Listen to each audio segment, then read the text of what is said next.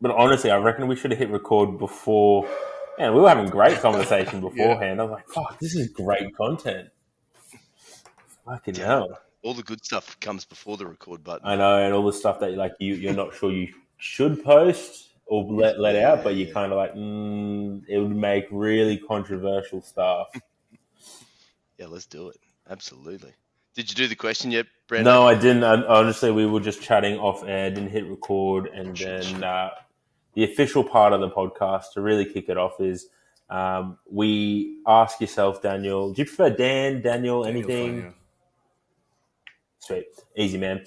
All right, so Daniel, our first question off the rank for yourself is you have 21 words to describe who you are and what you do for, I guess, what you do for your work, what you do in your personal life, whatever you want to choose, but you have 21 words. Whatever you want to do. That's the usual reaction we get to this question. I'm an athlete who is primarily skill-based and lacks the genetic potential to be amazing, so I had to focus on learning a fuck ton to be as good as I can, and that's what I do for work. Yeah, right. That's a pretty good summary. I like I that. love it. Lacks the genetic potential. I'll put my hand up in that category as well, to be fair. Yeah. I would love a little genetic potential, yeah, just a exactly. tiny bit. Honestly, bro, like it's, as I was talking to Daniel just before this, like we just came back from a big comp weekend down in Victoria in Australia, and like you see people obviously at powerlifting meets who are obviously geared up to the eyeballs and stuff like that, but then you see that one outlier who was a genetic freak before they started taking performance enhancing drugs, and you're like, man, I'll just kill for the fucking genetics. The marriage is beautiful. It is. But man, I'm very interested to hear, like, you've had obviously a very big journey into, you know, who you are now. You've done a lot of writing from some big name companies with the industry, like Elite FDS, Kabuki Strength, and I think someone else that, forgive me forgetting. How did that come about, man? So, honestly, it was just kind of random. Like, a lot of stuff that I've done has just been really random. So one of my buddies, Andrew Coates, actually, he got an article published on T Nation, and this was like several years ago, and I was like, oh, that's really cool. So I just hit him up randomly, and I was like, hey man, like how did you go about getting an article published? And he essentially gave me the rundown. He said, well, I think it's really important to, link up with the editors, get to know them, build a relationship, and then over time, I just kind of waited and they asked me. And that was a very unsatisfactory answer because I'm not like that. So I was just like, I'm just not going to do that. Yeah, but how do I do it now? I just wrote an article and submitted it to, I think, Breaking Muscle or something like that. And then they accepted it. And I was like, oh, okay, cool. Like, I didn't even speak with the editor. And I had no idea of how the whole process works. So I just submitted it. Like, I read the guidelines and I made sure that it was in line with the guidelines, submitted it, and they published it. And I was like, oh, that's really cool. I guess I got lucky. And then submitted another one to another publication, and then that got accepted. I was like, oh, cool. And then I just kind of kept going around to different publications, submitting them, and they just kept getting accepted. And I didn't realize that wasn't how the process works. Like, normally you have to sit down with an editor. And the only one that I got rejected actually was a T Nation article, because they kept saying that it was too complicated. They were like, this is too much like a research paper, blah, blah, blah. And so I had to rewrite it. And then they rejected it again. And then I rewrote it again. They rejected it again. And then I literally spent, I think, 7 minutes writing the third time. And I was like, well, I don't know. Like, I'm just going to. So I submitted it. It's still one of the most trending articles they have.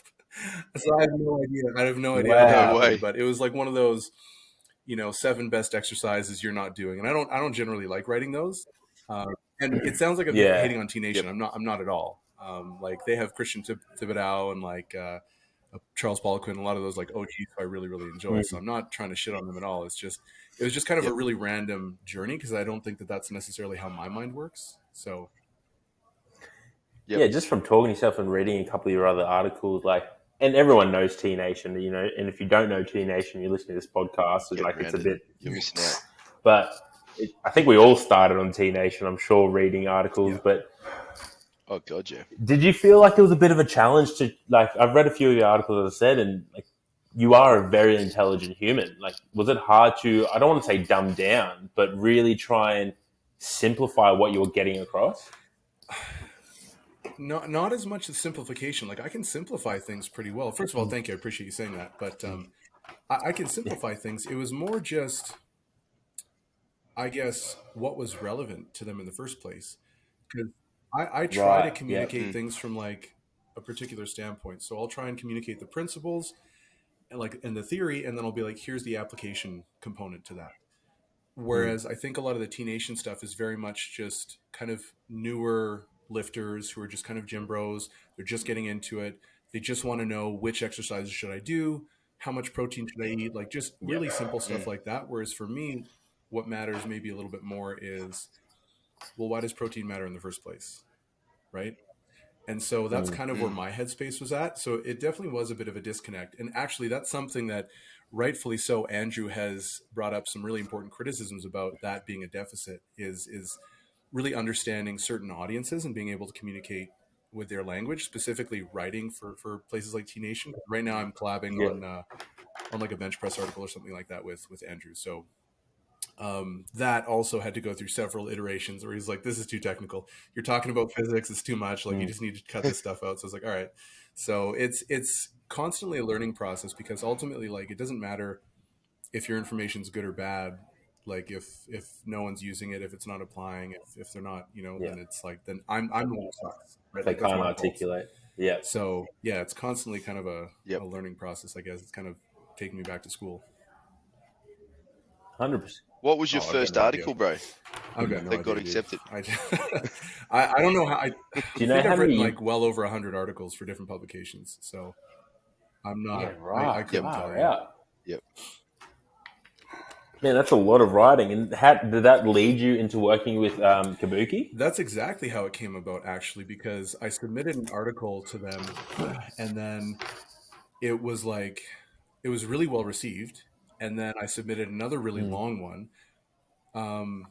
It was on recovery, and that one was I think like 7,500 words, but it was like a very in-depth research review on various recovery modalities and how it applies to strength and hypertrophy. And after that one, at the time, Brandon Sen, who was the head coach, he reached out to me, and because he was the person who I was submitting articles to, and he asked me to apply for a coaching position. And I was like, oh, okay, sure, why not? I had zero belief that I was going to get the job, if I'm being honest. And that probably actually worked to my favor because I was just really chill during the interview. Yeah. And then I got a call back for the second interview, and I was like, oh, this is, that's kind of nice that they called me back. And then I got a call back to the third interview. Still didn't even think that I was going to get the job. And then they randomly gave me the job. And I was like, oh, that's like, I was really shocked at the time, to be honest. And so, yeah, that's how I ended up working for them. And then a lot of my writing ongoing was why they initially gave me that position of director of education. Yeah. That's crazy. Like you got called back for the second interview, third interview, and then obviously got the job or whatever it was, and you're like, you know what? I still don't think I'm going to get this. They keep coming back, but yeah, I guess it's just it's because I look to people. Like when I first started lifting, I was watching Dave Tate and Duffin videos. You know what I mean? And so, like, I put myself here, and then I put like the Greg Knuckles, Eric Helms, Chris, all those guys like way up there. Like I do not look at them as like, oh, my peers. I look at them as like these are people who I learn a ton from and continue to learn a ton from. And I've been fortunate enough to build relationships with all these guys, and so it's been really cool. But so I guess from that perspective, I just didn't see that I was on that level. Like I still don't really see it that way, I guess. Is it like a mixture of that? I guess the buzz term being used now is like that imposter syndrome, or is it just purely because, like, for so long, as you said, like it's a humility thing? Like you've placed these guys up here, obviously growing up watching them, and I mean, again, they're the OGs, Dave Tate, Chris Duffin. Like they were doing things that no man should well before like we probably even started coaching. It's likely a combination of that and a handful of other things. I mean, part of it is I think that I just have the temperament that I'm never necessarily going to be really satisfied. Like I think that's genuinely a big part of it. But then also, I'll look at, let's say, like Dave. I'll use Dave, right? Um, Yeah. he's someone who, like, it's funny because I'll hear people talk shit about Right. Westside, and I'm like, oh, who do you follow? And they list off 5 or 6 guys, and I'm like, great. You know who they follow? Dave Tate. You know what I mean? And so it's like there are people who have done an incredible amount for the industry, who have accomplished really, really amazing things, and who have really had a huge impact. And I guess when I'm looking at myself, I'm like, I've been in the industry now for like 11 years almost, and I think only in the last like maybe 3 years have I really started to, make moves and really like actually have an impact, start doing more articles, being more involved in education, stuff like that. So I just kind of see it as I have so much more that I need to do before I can really stake a claim and say, hey, you know what, I deserve to be on this platform or whatever. You know what I mean? Whether Yeah. that's right or wrong, I don't know. It's just kind of how I feel about it. But that's a pretty big honor, like, director of education with Kabuki Strength, as you said before, like that's Yeah. fucking huge. Yeah, it got me. It got me That's in massive. some pretty great opportunities for sure. Like, yeah. Yeah, what's it like mixing it with some of the guys like Chris there at Kabuki and your time, Dave Tate and all those other guys kicking I mean, around? it's been great. Like, I was really surprised because when I first flew down to Portland to work at Kabuki, Chris invited me like into his home, like for dinner. So we spent like the whole day together. We had dinner at his place, and to Yep. me that means a lot because he didn't have to do that, but he Yeah. took the time to like actually sit down with me man to man, and I was like, so he's got my respect for forever for that. So that meant a lot for sure. So that was really Yep. cool. And then just um I mean, like, I tend to work pretty isolated though, so even though I was there, I kind of like set myself up in the office on the entire opposite end of the building so I could focus and just like work. But it was great to like have people there and just kind of chat with them and see how they run things. And then, Yep. just the different opportunities to develop different courses and having the resources to, I guess, market all that stuff. Just seeing how all that stuff is run on the back end, it was really cool and it was a really great opportunity. So there's lots of reasons why it was a great experience and just a huge learning opportunity as well, because Mm. I think there's a big difference between learning something to kind of apply it to yourself versus learning to educate. Mm. Like your level of Mm. specialization when you're an educator just has to be so much higher. So it really does demand that you are very, very thorough, or else you're going to get called out by someone. So Yep. there's always that risk. Especially in this Yeah. day and Do age. you ever worry or look over your shoulder and think, who's watching, who's reading, who's gonna have a pick at something that I've written or anything I like used that? to, and then I think I just stopped Yep. caring because I look at guys like Christian Thibodeau and who else? Maybe like Chasm and a handful of other Mm. people who and like even gosh, why am I forgetting his name? Pat. So Pat Davidson. I look at these guys and they're pioneers in their own right. And the thing that I really Mm. admire about them, especially Christian, is he's willing to risk being wrong in order to find out. Yep. And I think there's a lot of stuff that kind of goes against the Yeah, that's grain cool. sometimes, where there's a lot of hesitancy to adopt it, or there's like an over excitement to adopt something. So I'm not sure if you guys remember, Mm. but when the research started coming out where they're like, oh, there's no connection between, injury and technique. And it's like, okay, like you're just a fucking idiot if you think that. Mm. Mm. Because it's like that just demonstrates a clear lack of understanding of one, the research and the application to real world scenarios. Like you just have to completely take that Mm. part of your brain and Yep. throw it out, right? So I really like guys like Christian who, Fuck. he's okay with being wrong because it's not about necessarily being right. Yep. If that kind of makes sense, he's like, I just want to find Mm. out what's true and what Yep. works. And if I'm wrong every now and then, that's fine because that's a worthwhile Yep. opportunity. And I think those are the guys who really change the game. Yep. Like look at Mike Desher. He came Mm. out and he Mm. took the RPE scale and adapted it to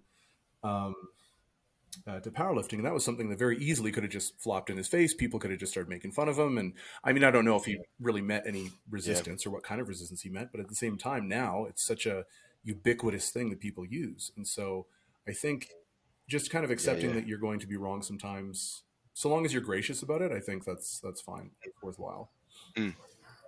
Yeah, that kind of theory allows you to push the edge on anything you're doing if you're okay with being wrong. And I mean, like, at the same time, I should create some caveats around that. I'm not saying you should just go out there and be like, well, fuck it, I can always just change my mind. But I think that if you go into something and you really think about it and you allow people to challenge you, it just expands your perspective of what you're actually talking about.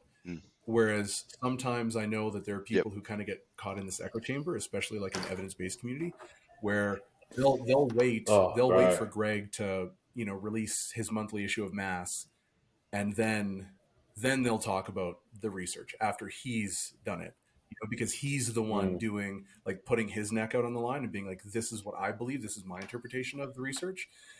And, you know, I did that for a while as well, but now I'm just not necessarily interested in it. Like, I want to kind of figure things out on my own as well. So I think it comes, like, it's a great skill just to be open-minded and be open to someone else's opinion. Like, it doesn't, or opinion, or even their research that they're putting forward. Like, it's not necessarily, as you said, you're not going out there to prove someone wrong. It's just to expand their awareness. And, like, you may not 100% agree, but I might read an article and go, well, I can apply that to my world, whether it be in the gym or on the field, that percentage of it. But the rest I might be like, whatever. But if I wasn't open to it, you would never have that experience. Right.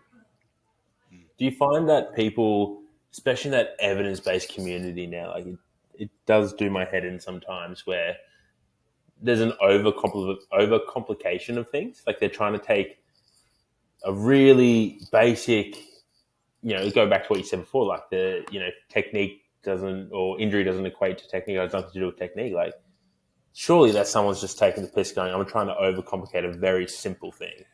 Yeah, there's definitely a lot of that. And I think that, I guess a lot of the times I try and look at the incentives, you know, so if you're looking at, let's say, the opposite of that, the gym bro, what is he going to do? He's going to oversimplify things and not necessarily think super deeply about his training, his diet, his approach, or methodology in general. Whereas people who are a lot more cerebral are probably going to bias that side of things and maybe leave out some of the contextual issues or the practical limitations of their observations because they're not necessarily as engaged in the actual training process. So I'm a big advocate of, if you're going to be a strength coach, you should probably be pretty strong. If you're going to be a hypertrophy coach, you should probably be pretty jacked, you know? And that's one of the reasons why, like, I don't do contest prep. Like, I do coach bodybuilders in off season, but I won't do contest prep because I'm just like, I've never done it. I don't know what that's like. You know, I mean, conceptually, yeah, I know, and I can read all these papers, but until you fucking get under a bar with 800 pounds, I don't care what anyone says. That's different than getting under a bar with 400 pounds, even if both are your maxes. So even the relative intensity is the same, it's just not even comparable. So I think that there is kind of an incentive to make things more complicated and kind of pander to that audience, you know, and make things sound more interesting or nuanced than it actually is. Especially look at, I mean, I can't even tell you how often I see Kasim being misrepresented for what he's saying. I'll hear people use his information in some way, but it's very bastardized. And sorry for cursing, man. Oh, it's just shit going on. Okay, what you like. You can. Yeah. All good chicken here. Okay. I'm on here. I love that, like, split second, like, oh, geez, there's a kid now. Nah. But yeah, like, bastardizing his content and making claims like the bench press is not good for building your chest. And it's just like, just think about that, man.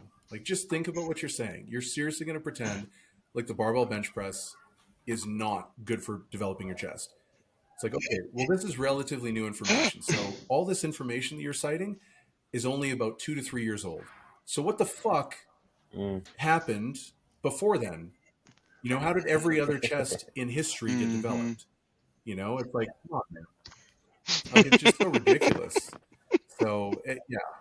Where do you think that comes from? Like, you talk about the incentive to appeal from to appeal to, I guess, the market almost. But do you think like there's got to be more to it? Like obviously, I've always looked at it in a way that we try to overcomplicate things that we're not certain on to try and buy into it almost.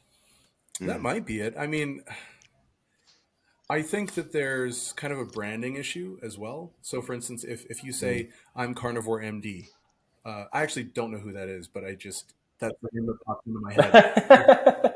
People always say it, so I know that is an actual handle, but I don't really know what he's about. But it's like Carnivore MD. Okay, I'm looking it up. Yeah, exactly. Sounds legit. Guaranteed that guy is prone carnivore, and he's not really going to do anything that is going to oppose that view. So he's kind of pigeonholed himself. So he has an actual incentive, whether it's financially or intellectually, to sort of dig his heels in. Knees over toes guy. Same thing for him. And I'm not even making like criticisms because I don't necessarily know enough about their content to be like, oh, they're full of shit or anything like that. I've heard lots of good things about that knees over toes guy. But the moment that you kind of pigeonhole yourself like that, it's really difficult to pivot once you have new information. So I think that's a big part. Removes any chance of you being flexible. Because it's like that's literally your business model now. Like the bulletproof coffee. Like, oh shit, maybe drinking coffee and butter isn't super great for my health, and it's not like a superfood or whatever. It's like, okay, but how do you pivot from that? Because that's literally your whole thing. So I think that's part of it for sure. I think another part is just the short attention span that people have, and they kind of want these controversial, sensational headlines. So I think making a claim like the barbell bench press is a bad chest exercise is like, whoa, that's really like, that's a huge claim. And it is, but it's fucking wrong. So, I mean, now you're okay with being wrong and just spreading really dumb shit. So I don't know. I think there's a lot of reasons, but those are probably the big ones. I like that bit you said at the start there where you said, a strength coach should be strong. Yeah. Me and Brando have always considered that. I mean, I know for myself personally, I definitely didn't lift on the weekend at Pro Raw, but I've fucking moved some barbells in my time and continue to do so and experimented and done dumb things to myself and done good things to myself as well. And Brando would be the same. But you do see some people out there kicking around claiming the word strength coach without even really trying to be strong by themselves yet. Just real quickly, we could do a whole 2-hour podcast of the dumb shit I've done to myself in the pursuit to put 10 kilos on my squat. Like, that's not even a question. But I think you're 100% right. Like, it comes back to one of my favorite restaurants down in actually Melbourne, where we just came from, is called The Fat Chef. And their slogan is never trust a skinny chef. And I'm like, fucking right. Like, and it's the same principle. It's like, I'm going to go to the guy that I know has put his body on the line, and it could be for a 10% increase on his squat. But I know then he knows what it takes to get his squat that 10% better. And it's like the same as yourself, man. Like, I'm never going to coach a bodybuilder in their fucking contest prep. I've never fucking dieted in my life. I'm not going to be able to empathize with you when you tell me it's hard. I'm just going to be like, keep going. Like that's eat more like, salad. Cool. Eat your salad, get on the stage. But that's not what you should expect from a coach. Like, we're in an age now, yes, where social media has put all of this information out there. But I still think the best quality a coach can have comes from the empathy that's developed through going through that experience. Yeah, 100%. And I mean, one thing, so I've made a lot of posts around that. And one thing that I always get is I always hear people being like, well, having a great physique doesn't mean that you're a great, bodybuilding coach, and being super strong doesn't guarantee. And it's like, okay, well, that's a really intellectually dishonest interpretation of what I'm saying, because that's just the polar opposite of what I'm saying, And so I think essentially, like, just to contextualize the comment, you don't need to be the world's strongest person. Like, I'm not stronger than all of my athletes, but I used to be 165 pounds. At my biggest, I was 290. That's demonstrable proof of someone who can get really big and jacked. Now I'm 246 and I'm like 10%. So it's like, okay, that's pretty good. It's not like amazing, but it's pretty good. And I'm climbing back up to 285. And, when I first started lifting, I could, bench press like 185 pounds maybe, And the other day I was doing like 320 for sets of 12, you know?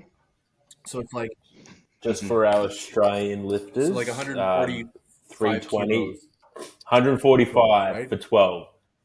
That's fucking Damn. strong at 111 kilos And body weight. so like, but that's the thing. Like, I'm not Damn. the strongest person. Like, I'm not crazy strong, but I was able to get stronger. And so I don't think that you need to be this like Yeah. amazing, immaculate specimen, but you need to be able to demonstrate that, hey, you've done this, you've built strength, you've built muscle, you've Yep. built whatever it is that you're purporting yourself to be. Because, you know, one thing, one of my friends, and actually he's my nutrition coach as well, Paul O'Need, he always says this, and I absolutely love it. He's like, you have to be the product of your product. And it's like, yeah, 100%. 100%. That's exactly what it is. And it's like you said that, you articulated that so well. And my partner recently, like, you know, talking beforehand, it's been a very busy period, obviously managing full-time business and working within another system as an S&C coach. So I've let my training slide a little bit. And like, I'm going to give a big shout out to my lovely partner who looked at me the other day when I was cooking dinner with my shirt off and goes, "So are you training lately?" And I'm like, Oh, I was damn. like, okay, cool. I'll take the hint. But Uh-oh. and again, she's come straight from that point of like, I love you the way whatever you are. Obviously, like, sure, she had to say that, but you know, your business card is your body. Like, you're the way you hold yourself, the way you train. That's your best resume to a client, and I couldn't agree more. I mean, there's just certain things that you can't possibly understand until you've done it. And the funny thing is, there's so much 100%. pushback to that idea, but it's like, okay, like the number of times that I've heard, like, that I've had people message me and just want to debate me about this, I'm like, okay, would you hire a surgeon who is a professor for like a tenured professor, but they never performed a surgery? So they've got 20 years of academic experience, but they've never performed surgery. Would you hire them? Like, would you get them to do open heart surgery? No. Why not? Because you fucking know exactly what I'm talking about. You know? And so it's like, I don't get this intellectual dishonesty where people can't just call a spade a spade. It's not to say that super smart, like Greg Knuckles is a perfect example.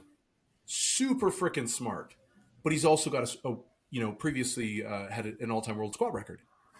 That's a perfect combination of like intellect and education and practical experience. And you look at the master of sport designation, right? What is that? It's you have to have a certain level of education and you have to have competed at a certain level in sporting events to have the master of sport designation. That like experience is independently valuable outside of your education and knowledge. And it's like anyone who wants to disagree with that, again, you just go back and you say, okay, who are the best bodybuilding coaches? Other former amazing bodybuilders. It's just like that's just how it is. Same thing with like all the top level football 100. coaches, all that stuff. And it's like, yeah, you can have some exceptions there, but I mean, like, are we really going to base best practices off of like exceptions and outliers, or are we going to base it off of what we see most commonly? 100%. Like, an experience. I mean, I guess I'm biased in that because, as I said before the potty, like, I am all Yeah. experience. Like, and that trumps everything in my opinion, because I don't care what you're floating around, what piece of paper you hold, is that if you can't apply that knowledge in a real life setting to a human in front of you, which is, I think, what a lot of coaches miss, is like, we forget there is a human being in front of us with thoughts, feelings, emotions, all that shit that we have to manage. If you can't apply that knowledge to that human, you failed straight away. You could have the best fucking brain in the world. It's not going to matter. Yeah, exactly. And the reason why I think I'm so adamant about this is because I was 100% like that. And like, I'll call myself out, no problem, where I would just read all the freaking time. And 'cause I read quite a lot and like, I'm pretty introverted. And so I would just spend all my time reading and, you know, I could tell anyone anything from any paper. I would just cite it off the top of my head. And it was like, that's great, but all my friends are getting a lot stronger than me.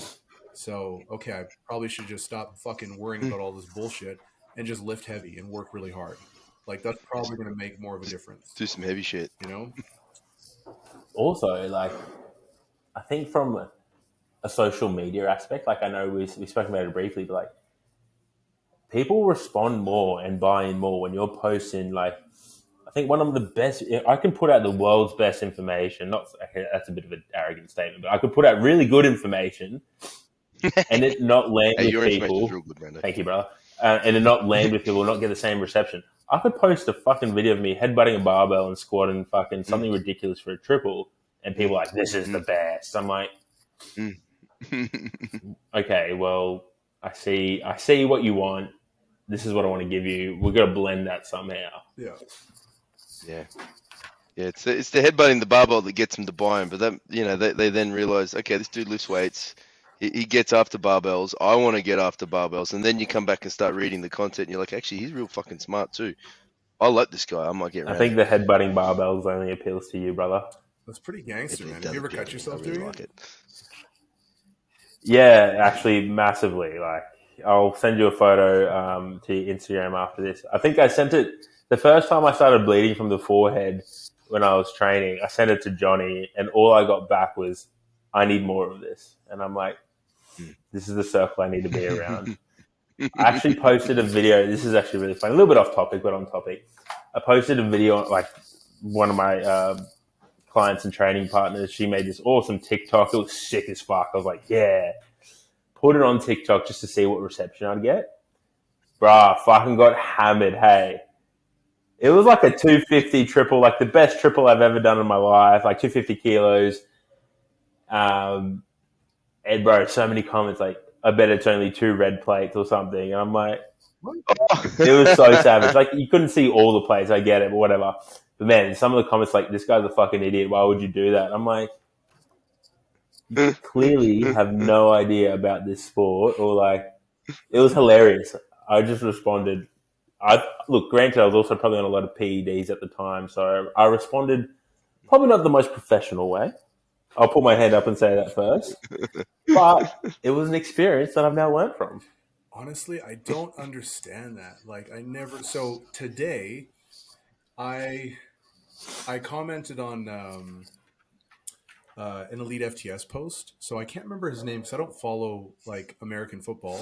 But there's some football player who's recently on the Dave Tate podcast, like not too long ago, and it was a really great podcast. I listened to it, really enjoyed it.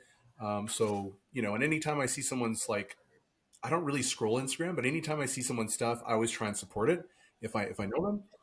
So I commented, I was like, man, really awesome podcast, love this perspective, And then some guy tags me in the comment and responds like, there we go. Yeah, easy enough to do when he's cheating on PEDs. And it's just like, so I just messaged back and I was like, dude, why are you dragging me into this nonsense? Like, why don't you list out your accomplishments? And then he listed out a bunch of accomplishments, and I've never trolled people. Like, I'd never troll people, but this was the one time that I did, because he listed off all these accomplishments, and I was like, okay, awesome. So basically, you're not even in the ballpark of what this guy's done. Not to mention, like, are you just completely unaware of PED use in professional sports? Like, do you not know that that's a thing?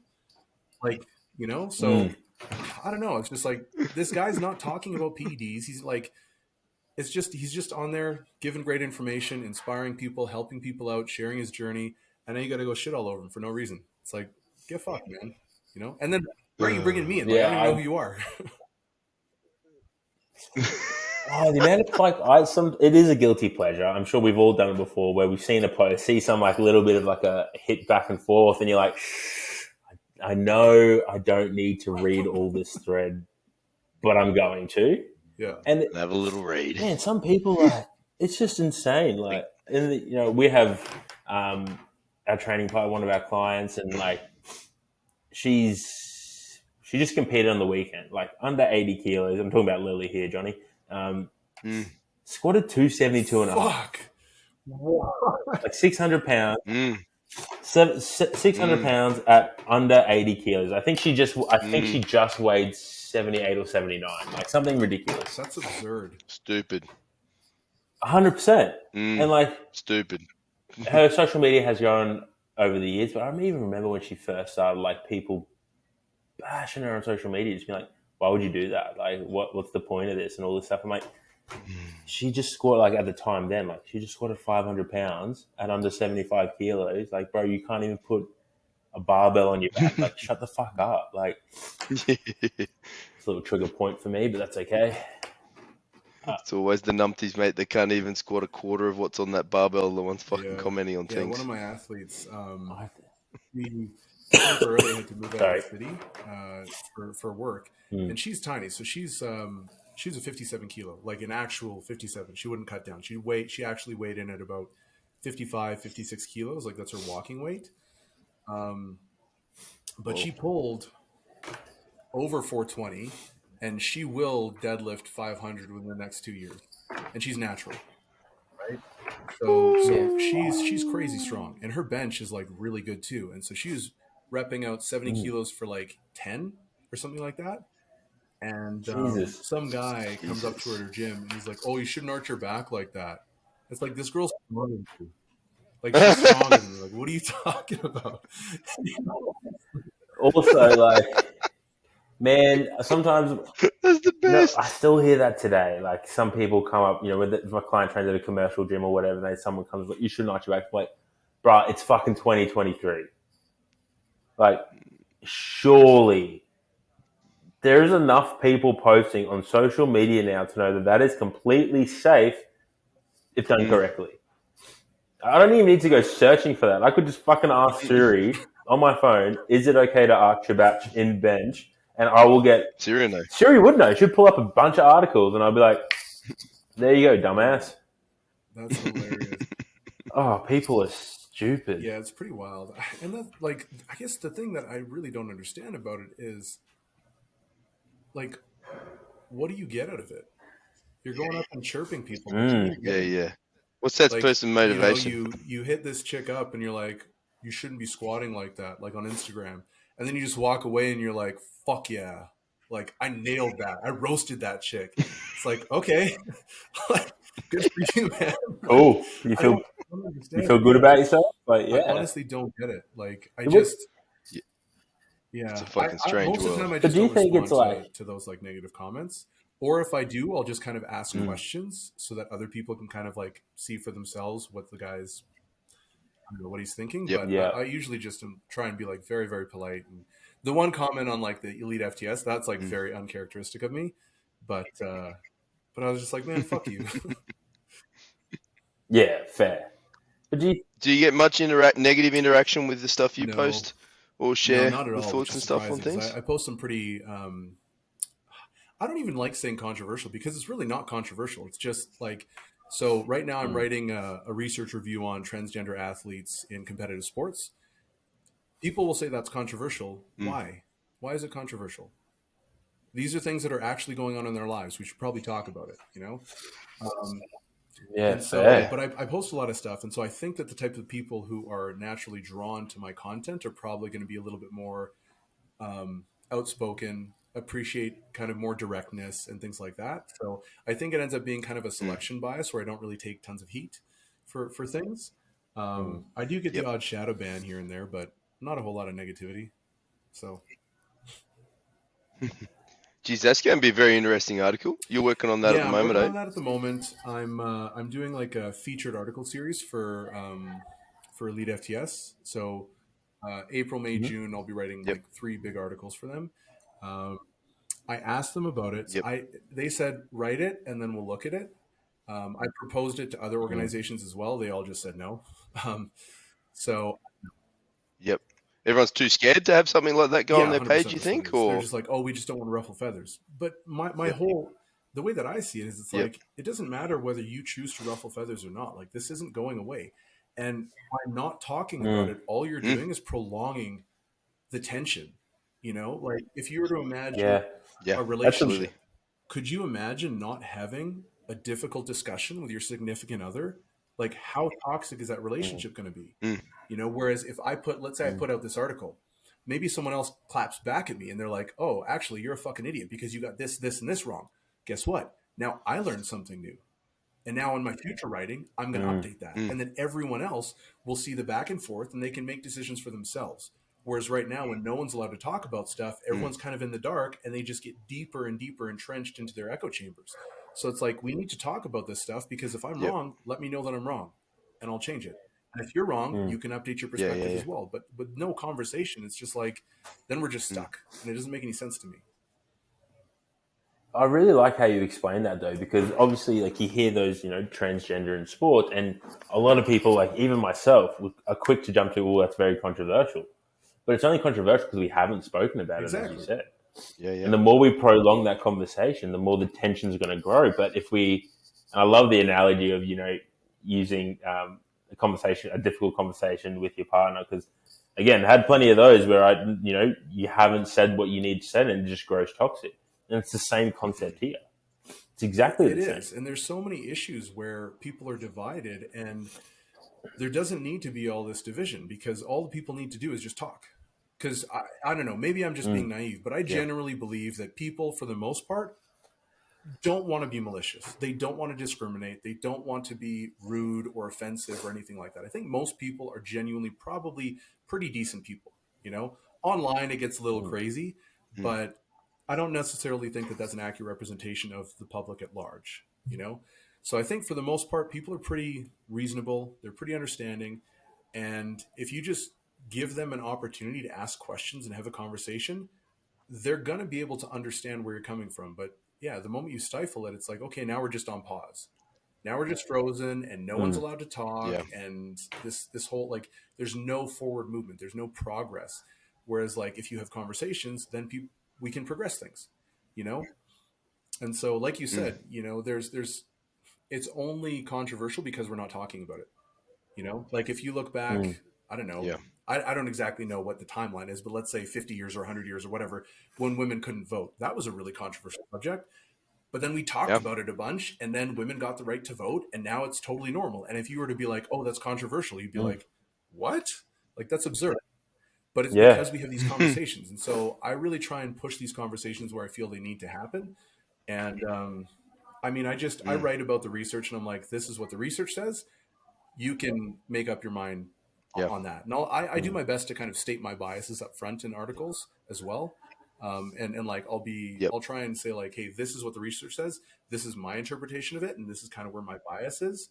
And I don't know, I do the best I can. So we'll see. I like that Mm. though, because you're presenting or I guess all the research or the facts that people can't necessarily argue with, but then allowing them Yeah. to make their own decisions. Like at the end of the day, you're your own individual. I'm not telling you how to think. I'm just presenting you with facts, and you from here can make Mhm. decisions. And I like Mm. that. I think that's how expansion happens, how growth happens for humans, like questioning what you put out. But then again, you can't Mm. question hard facts. I'm interested though. What angle are you coming from in this transgender article? So there was a fantastic review. I think it was in 2021 by Tommy Lundberg, or yeah, Lundberg. So I actually had him on my podcast ages ago. So I've got an entire database of research on transgender athletes, because I was going to write this article like ages ago, but no one would publish it. So I just didn't. But I have Yeah. all the stuff there. And so essentially, Yep. like, the main thesis is this: on average, males enjoy a 30 to 50% advantage physiologically. HRT, on average, Yep. only reduces that advantage by about 5%. So that means they're still enjoying about 25 to 45% advantage. Now, that's it's very sport specific as well, because if you were to go into something like boxing, the difference in power could be as high as 162%. So now we go from 162% power differential to, like, what, even if it's a 10% reduction, you know what I mean? And then beyond that, Mm. you're looking at when you actually look at an individual's training status and the actual anabolic effects of HRT. So people will be like, "Oh, estrogen's a hell of a drug and it'll make you weak." Estrogen is anabolic, and it's contextual, and that's something that a lot of people don't necessarily understand. So once sexual dimorphism like occurs, especially at puberty, where we see this stark differentiation, because we get roughly like what is it, a 20-fold increase. Males get roughly a 20-fold increase in testosterone production at puberty. So before puberty, we don't really see massive differences in physical performance, but after puberty, it's astronomical and Mm. it's irreversible, because you're looking at things like um, satellite cell proliferation, myonuclear domain increase in density, um, you know, you're looking at differences in bone density and thickness and just size in general. You're looking at all sorts of different adaptations that a lot of them are actually irreversible, or at least thought to be irreversible. Whether that changes over time, I don't know. But then, it's like we have male female categories, and we've got a long history of segregation that's already been established due to fairness. And now we're just undoing all of that based on an assumption that there is no performance advantage after HRT, which again is an entirely arbitrary assignment. So, for instance, a lot of people don't know, they always refer to the IOC. And I'm not really giving away too much because this is actually going to be a huge article. There's a lot to cover. Yeah, I was like, this is the surface. The IOC, they set their testosterone upper limit at 10 nanomoles per liter, right? That's the upper limit. The average woman has about 2 nanomoles per liter. So you're talking about a 5-fold difference in the upper limit. Not to mention you're allowed to do that exogenously, which is also banned. So it goes against the WADA protocol. And then additionally, there's actually no scientific rationale for that 10 nanomoles per liter. None. The IOC has never put forward any rationale. None exists in the scientific literature. It's almost entirely an arbitrary assignment. There's nothing to back it up. So, like, people will say, "Oh, well, the IOC says this." Cool. Why? Show me. I want to see the research. I've never seen it. I've spoken with many subject matter experts on this subject, or sorry, on this topic, and yeah, nothing. There's nothing out there. So, wow. I wonder how, like, again, because it hasn't been spoken about, my head jumps immediately to go, how will it be received by, like, people reading it? I hope it's not negative. yeah, but I don't know. People are people. If I'm being honest, I don't really care. Like, it's a polarizing conversation. Like, I'm writing it more for, like, this is something that I think needs to be talked about. And if people want to hate on me for that, then that's fine. Like, I'm not going to take it personal. I'm also not really worried. Like, the whole cancel culture thing doesn't really, like, make me nervous. Everyone's going to yell at me for a little bit, and then I'm like, okay. Then I just go on with my day, and then nothing happens. So, Especially on social media, it's like you're behind a keyboard. Yeah, like, because that's the thing. Like, it's funny too, because people might call me stuff, but then it's like, okay, come down to my gym. At my gym, we have trans athletes, we have, like, non-binary people, we have gay, we have lesbian, we have bi, we have queer, we have all sorts of people from all different backgrounds, far right, far left, neutral, everything, and we all get along really well because we're all brought together by strength sports. So it's like we can disagree and still be good people. We can disagree and still, be friends and support each other. We can disagree and never talk to each other again. It's just still respect each other. We just disagree. That's it. Like, act like an adult. So, yeah, I don't know. It's funny. Yeah, and like you said, it's an important conversation that everyone seems to be too scared to have. But people like yourself putting yourself out there and starting and having it, hopefully everyone can stop being scared of, oh no, transgender, what do we do? And just putting their head in the sand. Because like you said, it's here and it's happening. So it needs to be addressed. Right? Yeah, and I couldn't agree more. A little bit of a switch topic. What I love most when we spoke early on about getting you on the potty was that your favorite episode of ours was the Stan Efferdine podcast. Yeah, Stan's a good guy. Yeah. That was a while back. Yeah. Yeah, and you mentioned that, like, a lot of people don't talk about his business side of things and, like, what he, I guess, really begun his entrepreneurship, almost you'd call it, in. And how'd you come across that? How'd I come across Stan?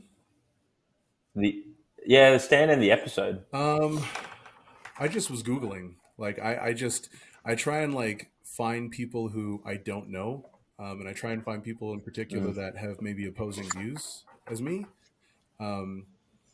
Just so I can hear, like, their rationale. And I'm like, okay, maybe there's holes in my argument. Maybe it's not, And along that process, I kind of found out about the podcast. And so that was the one that I ended up listening to a while back. To be honest, I actually haven't been listening to podcasts or even reading as much in the last little bit because I've been pretty busy with the move and everything. That's kind of how I initially came across it. Yeah. Stan's an absolute legend. He was an absolute pleasure to have on and He's have a a good chat dude. with. Yeah, I like him. Yeah, he's just happy to chat to anyone. I think like he literally, I think you put up a story or something, he just reached out straight away. I was like, yeah, let's do it. I'm like, okay, well, I didn't expect Yeah, that. I just slipped into his DMs. He's like, yeah, let's go. I'll do that. He's so great. Yeah, it's crazy, So especially because cool. like his What's your following's so massive that he's able to get to all of his DMs. Like, I've got like 5,000 followers, and I have like 30 to 60 DMs a day. So I'm like, I don't know how he gets through it. Like, it's crazy. Well, you'll have another one because I just flicked you a photo of the old blood rushing from the forehead. Just also pre-warning, like I also had a beard back then. So if you're like, who the fuck is this? It was me. This is weird beard, dude. Yeah. Sending me Who's photos. trying to slide into my DMs now? It's like fucking. Because it'd be late night over there. Suck. Okay. Anyways, what's your future plans next? What's next for you? Obviously, you spoke a little bit about the April, May, June articles with Elite FTS, but I'm sure you've got a lot of other things planned. Yeah. So, I mean, just because I kind of just started my business, there's a lot of stuff that I'm kind of still working out, but my biggest passion is education. So as we were kind of chatting offline, like I always want to be coaching because I always want to have my foot in that side of things so I don't lose touch. But so yeah, my main thing is like just building up my client roster at the moment, and then at the same time, just hammering out seminars, workshops, speaking at conferences, like just really, really pushing hard for that stuff. So I'm getting a couple lined up in the next little bit, but that's the main thing. And then just like trying to push out a ton of content. But yeah. Oh man, well if you're definitely ever in Australia, hit us up. We'd love to host you for a seminar, whatever you want to do. We can make that work. But obviously, as we start to wrap up, let's use this opportunity now. Give yourself a shout out. Where can people find you on socials? So I have Twitter, Instagram, and then YouTube. All of them are Daniel _ DeBrocke. And I'm most active on Instagram though. So like the YouTube, I do put up long form videos, so like 30 minutes to an hour of like lectures and things like that. Initially, it was just used to host my podcast, but now I'm pumping out, like I'm trying to do one long form video a week, so 30 to 60-minute lecture a week, and then just in addition to the articles and the other stuff. So I just try and put out as much free content as I can, but I'm most active on Instagram. Sweet. Again, we'll put that all in the show notes for you as well. But to finish off, this is now for us the most exciting part of the podcast, and this is to get to know Daniel beyond everything we've just spoken about, the more personal side. So they're very 10 random questions, like deep thinking. They started off being like rapid fire, first thing that came to your mind, but they're actually quite thought provoking. This is where I usually proclaim that I actually have nothing to do with it. Johnny comes up with this 10. So this is also an insight, not into your own mind, Daniel, but also Johnny and what he thinks about in his spare time. So I'll let Johnny take the lead. Brother, 10 random questions. Let's go. Here we go. Daniel, you're Neo in the Matrix. You can have the red pill, find out the truth, or the blue pill and continue not knowing. Red pill. You like? Red pill. Lovely. Your favorite lunch item? Recently, it's been a peanut butter and jam sandwich. I stopped tracking macros for the last little bit, so I've been enjoying a lot of things that I normally wouldn't have. Yeah, right? That's fucking delicious. That's a tasty sandwich. I do like a sandwich. Now, if you could live in any movie setting, what would you like to live in? I don't know. I'd say Wrath of Man. Oh, the Jason one with was a bad dude in that movie. That was a great film. Yeah, that's good fun. I like that one. Best advice you've ever been given? Oh man, that is very hard. I guess just off the top of my head, I would have to say, if you don't have the outcome, then you probably also don't have the answers. Like, I guess to expand on that very briefly, a lot of the time people kind of think they know something, but it's like if your results don't match what you think you know, then you probably are missing some information. That's really I like good. That one. What question would you like to ask your pet that you currently or have ever owned before? Who do you like more, me or my ex-girlfriend? Yes. That's a great answer. Would you rather eat a cake or a pie? Chocolate cake all day. Damn, nice. What board game or card game do you dominate at? None. I don't really play board games or card games. Oh, actually, you know what? That's not true. I'm very, very good at Scrabble, arbitrarily. I think it's just because I write, and so I have a bigger vocabulary. Yeah. So I'm really good at Scrabble, but I don't really play. You got a lot of big words. And what's your next tattoo going to be? Man, actually, all my tattoos are random, so I figure it out once I walk into the place, which is also random. I'll just be walking around. But I actually do know this one. Love that. My tattoos are all pretty dark, so I'm gonna get a dude. It's just a silhouette. A lot of my tattoos are all just black. It's a dude being hung. Yeah. So that was a bit dark. Yeah.